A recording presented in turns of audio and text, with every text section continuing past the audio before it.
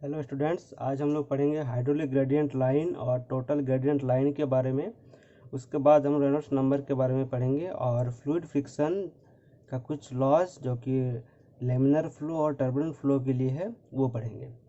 सबसे पहले शुरू करते हैं हाइड्रोलिक ग्रेडियंट लाइन और टोटल एनर्जी लाइन, यानी HGL और TEL, शॉर्ट में हाइड्रोलिक ग्रेडियंट लाइन और टोटल एनर्जी लाइन। तो कोई भी फ्लूइड में जो प्रेशर होता है उसको अगर हेड में हम लोग कन्वर्ट करेंगे तो उसमें 3 टर्म आता है। सबसे पहला प्रेशर हेड, जो कि हम लोग P/ρg लिखते हैं। दूसरा आता है काइनेटिक हेड, जो कि V²/2g, और तीसरा आता है डेटम हेड, जो कि हम लोग Z से डिनोट करते हैं।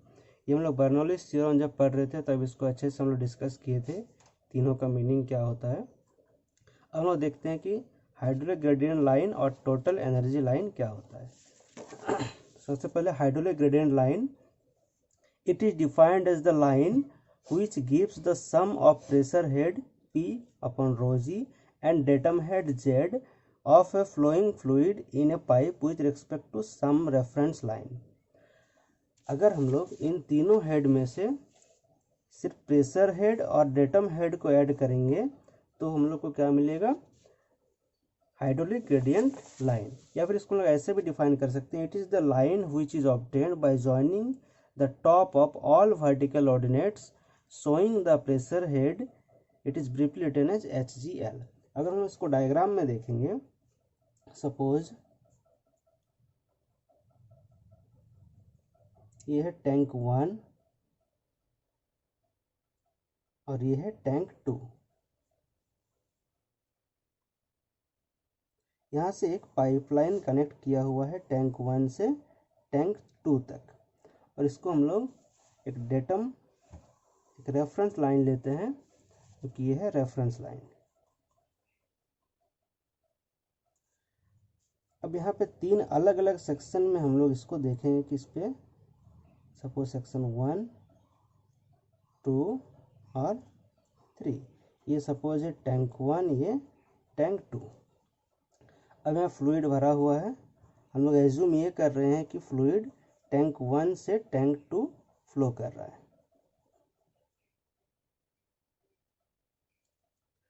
अब इस पोजीशन में, यानी जो सेक्शन 1, 2, 3, 1 पे प्रेशर हेड का कुछ एक वैल्यू होगा, 2 पे प्रेशर हेड का कुछ एक वैल्यू होगा, 3 पे कुछ वैल्यू होगा प्रेशर हेड का। टैंक 1 का डेटम हेड, सेक्शन 1 का डेटम हेड यहाँ से Z1, ये Z2 और ये है Z3। ये P/ρg pressure, P/ρg pressure head, ये भी P/ρg प्रेशर हेड। अब अगर हम लोग इसको ये पॉइंट, ये पॉइंट, ये पॉइंट, इसके साथ अगर हम लोग मिला देते हैं तो एक लाइन हम लोग को मिलेगा जो कि सम ऑफ डेटम हेड और प्रेशर हेड। तो इसको हम लोग बोलेंगे, इस लाइन को बोलेंगे हाइड्रोलिक ग्रेडियंट लाइन। अब दूसरा हम लोग देखते हैं टोटल एनर्जी लाइन क्या है।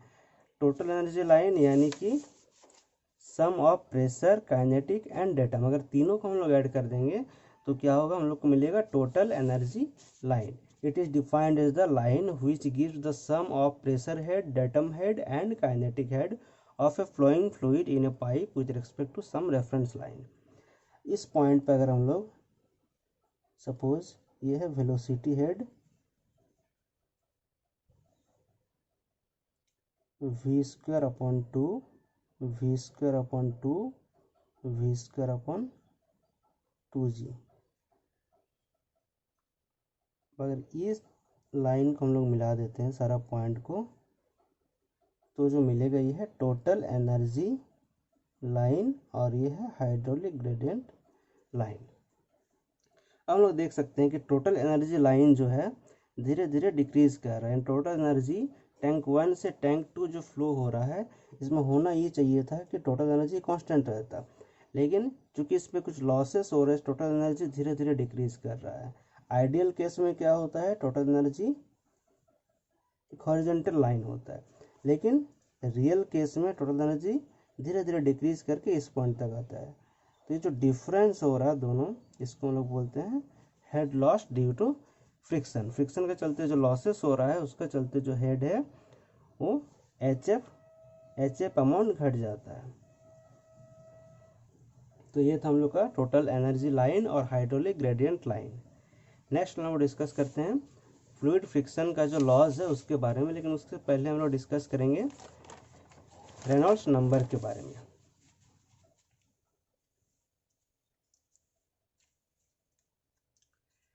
रेनॉल्ड्स नंबर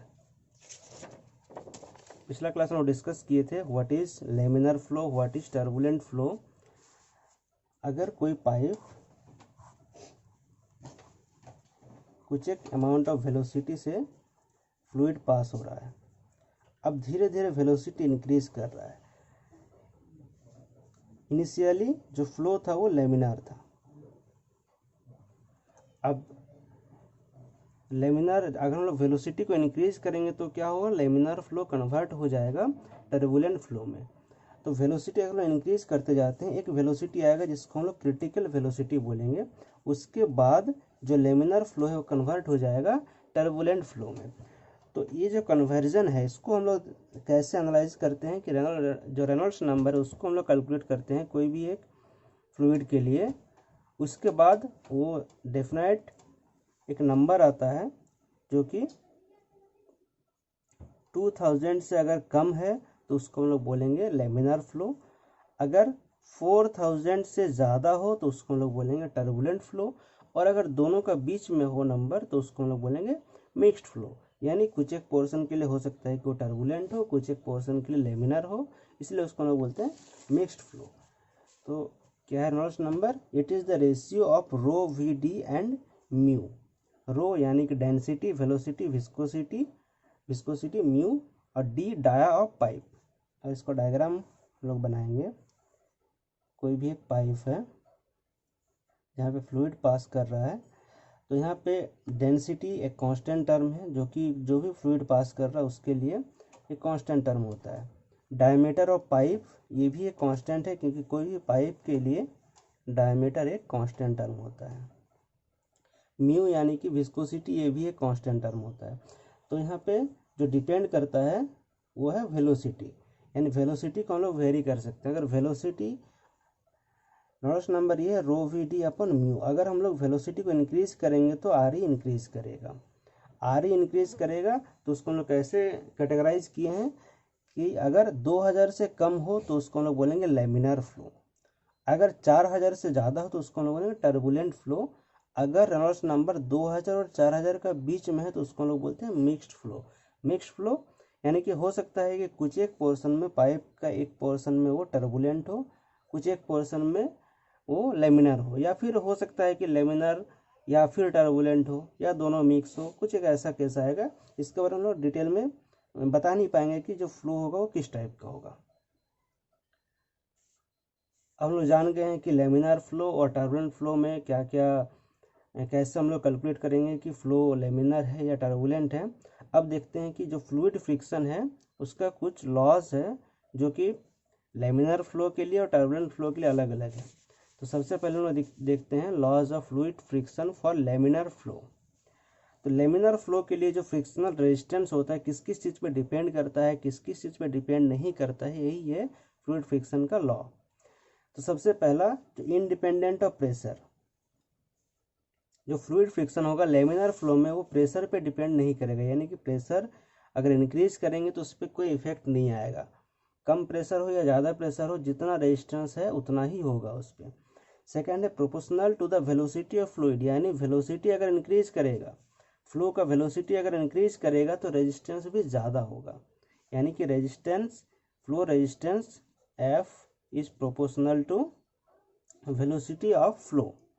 नेक्स्ट है proportional to the wetted surface area. Wetted surface area यानी कि अगर कोई पाइप है, इसमें वाटर फ्लो कर रहा है या कोई भी फ्लूइड फ्लो कर रहा है तो इसका जो सरकमफरेंस एरिया है वो पूरा गीला हो जाएगा, उसको हम लोग बोलते हैं वेटेड एरिया। वेटेड एरिया अगर बढ़ेगा यानी कि कंडक्ट सरफेस अगर बढ़ेगा तो फ्रिक्शनल रेजिस्टेंस भी बढ़ेगा, ये प्रोपोर्शनल टू एरिया। एरिया बढ़ेगा तो फ्रिक्शनल रेजिस्टेंस जो है वो भी बढ़ेगा। नेक्स्ट क्या है, proportional to the independent of nature of surface, यानी ये पाइप किस मटेरियल का बना हुआ है, इसका सरफेस कैसा है, इस पे वो डिपेंड नहीं करता है, ये सरफेस का नेचर पे डिपेंड नहीं करता है। थर्ड, ये टेम्परेचर पे डिपेंड करता है। तो ये सारा लॉ था लेमिनार फ्लो। नेक्स्ट हम देखते हैं टर्बुलेंट फ्लो। सबसे पहले टर्बुलेंट फ्लो के लिए प्रोपोर्शनल टू वी स्क्वायर। अब एक्चुअली ये होता है कि v to the power n, जहाँ पे n वेरी करता है 1.5 to 2, लेकिन हम लोग v स्क्वायर लेते हैं, यानी कि जो फ्रिक्शन है वो डिपेंड करेगा directly proportional to v square, square of velocity. जो हम लोग डिराइव किए थे डार्सी इक्वेशन, उसमें भी हम लोग जो फ्रिक्शन रेजिस्टेंस लिए थे उसमें हम लोग v स्क्वायर फैक्टर मल्टीप्लाई किए थे। Next, proportional to the density of fluid, यानी डेंसिटी अगर ज़्यादा होगा तो फ्रिक्शन रेजिस्टेंस भी ज़्यादा होगा। Third, proportional to the area of surface in contact. Same, जो वेटेड एरिया है, जो कंटैक्ट सरफेस है, वो अगर ज़्यादा होगा तो फ्रिक्शन रेजिस्टेंस भी ज़्यादा होगा। नेक्स्ट, इंडिपेंडेंट ऑफ प्रेशर, जैसे कि लेमिनर फ्लो में था, इसमें भी सेम है, ये प्रेशर पे डिपेंड नहीं करता है, लेकिन ये नेचर ऑफ सरफेस पे डिपेंड करता है। Turbulent flow nature of surface पे डिपेंड करता है। तो ये था law of fluid friction. Next lecture में हम लोग कुछ न्यूमेरिकल सॉल्व करेंगे और थ्योरी पोर्शन में एक और टॉपिक बचा हुआ है जो कि पावर ट्रांसमिटेड थ्रू पाइप्स। इसको हम लोग नेक्स्ट क्लास में देखेंगे। Thank you.